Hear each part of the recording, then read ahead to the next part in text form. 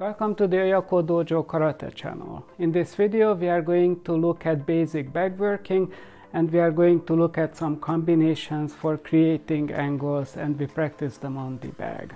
Given that this is a karate channel, I assume you already know that you have to hit with the two big knuckles of your fist, and on impact there has to be a straight line from your knuckles to your shoulder, and your fist should not break in any direction like this or sideways. So the most important thing is distance, and that is what we are going to focus on today.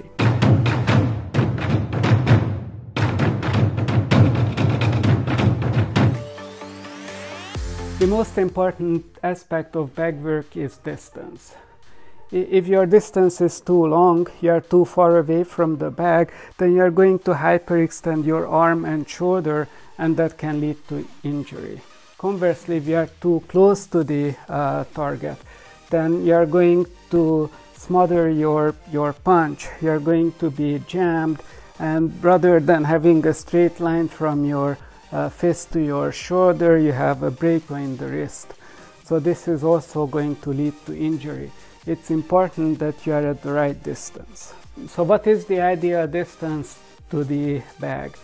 When you hit the bag, you are not actually hitting the bag, you are trying to hit through the bag. You are trying to bury your fist into the bag. So at full extension, roughly this is where I want my fist to be.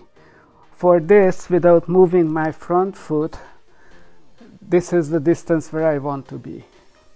And this distance is where my arm is almost fully extended, but my shoulder is not extended. From this position, I can still extend my shoulder, and that allows me to bury my fist inside the target, or actually move the target out of the way. So let's start with the jab.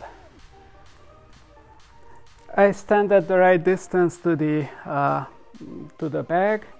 I pull one of my arms out, and I stand into fighting stance while I can still touch the bag. And from here, I can hit the jab. Next, I'm going to take half a step back, and now I have to step forward this much so that I can step into the jab.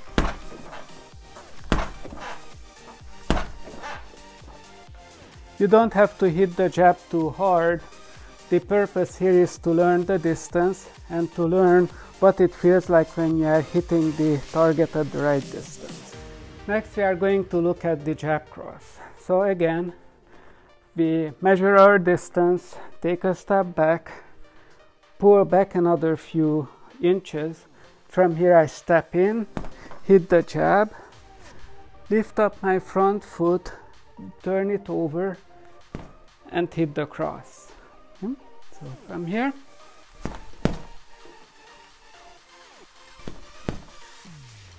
and then with a little bit of power, not too much power, just a little bit.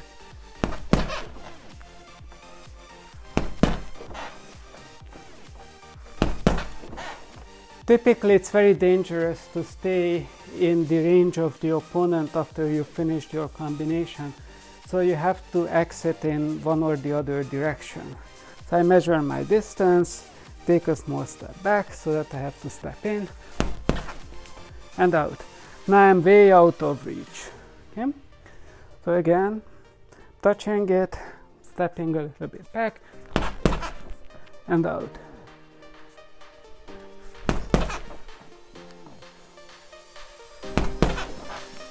Next, we are going to vary our exit.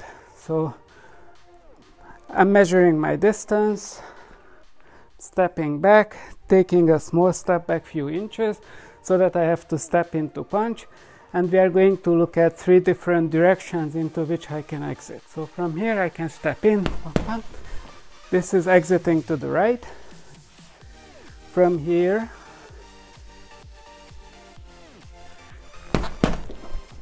exiting straight back. Next, we are going to exit to the left. To exit to the left, I'm first going to do it slowly so that you can see. Pay attention to the front foot. The front foot is going to turn more than usual. Then I hit my jab and exit in this direction. From here,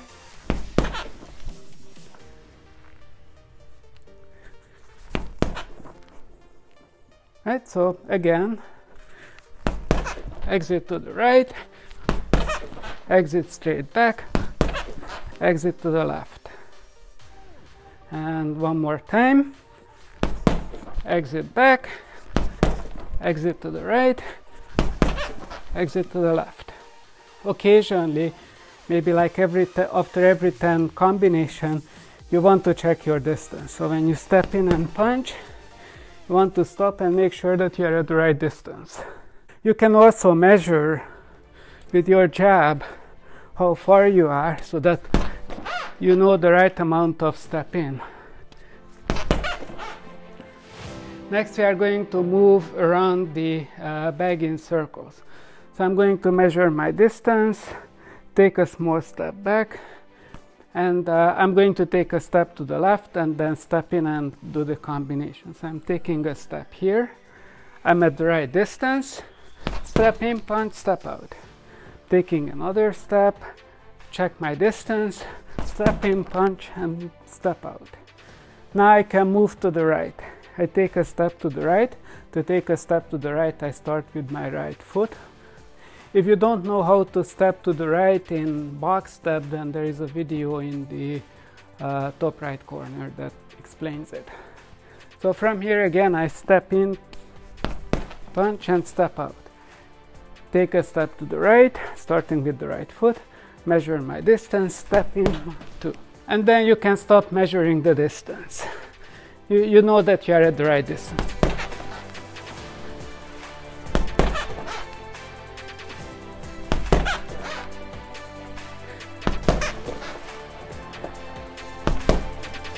In the previous round, I took a step to the left, took a step in to punch. We can shorten this. So rather than taking a step here with the left and then taking a step forward into the jab, we can combine those two. And I can step straight away into the jab. So I'm stepping in and to the left.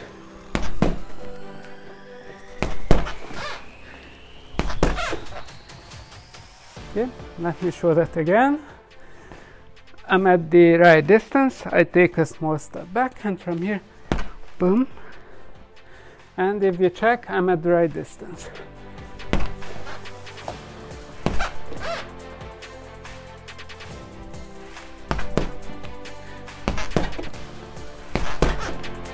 When we are moving to the right, there is another shortcut we can take. So we are measuring the distance, take a step back, and when we move, we can move into a cross.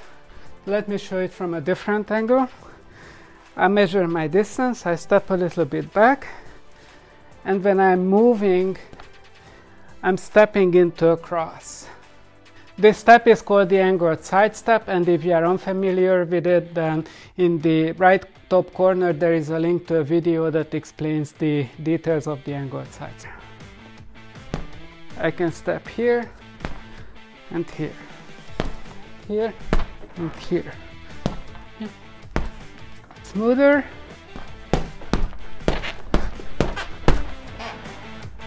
We are going to look at combinations from an angle. So the first one is a combination from the left. Step in 1, 2, 1, 2. So let's do that again. 1, 2. From here I step 1, 2. So 1, 2, 1, 2. And one more time. 1, 2, 1, 2. Here is a bad example. I'm not taking a step and then stepping 1, 2. That's too slow. We combine these 1 step, 2 steps into 1. So 1, 2, and now is the combined step. 1, 2. Right, so you are always punching.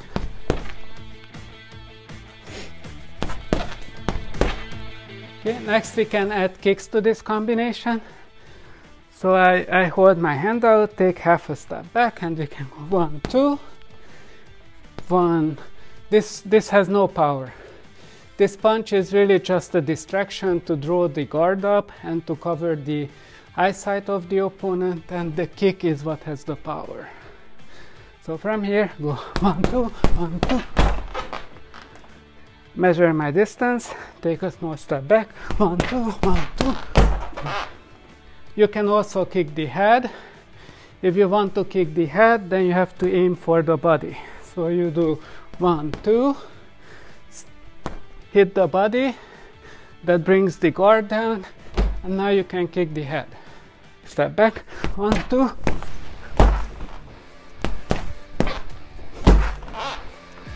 We are going to look at combinations moving to the right.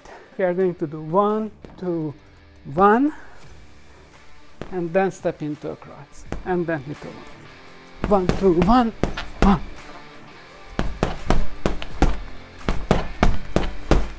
And now I have to check the distance, and I'm at the right distance.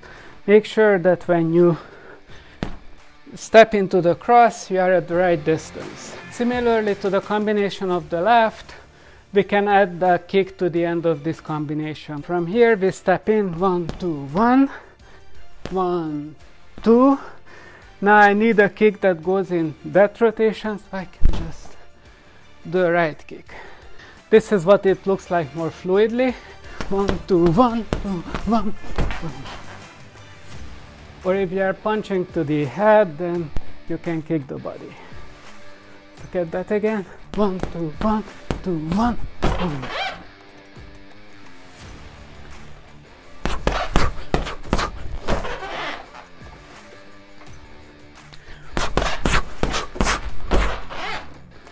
The other option you have is to kick with the left leg. So from here you go 1, 2, 1, 2, and with the 1 you are stepping back. So 2 is a power punch. 1 is just covering the eyes and bringing the guard up, and then you can kick with the left. 1, 2, 1. 1, 2, 1, 2.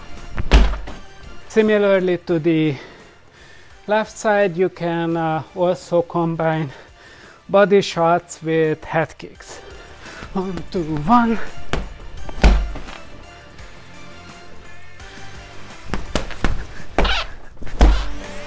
I hope you enjoyed this video and found the content useful. If you liked it, please help us out and hit the like button. If you enjoyed this kind of content, then please consider subscribing to our channel. Thank you for watching this video, and I hope to see you again on our channel.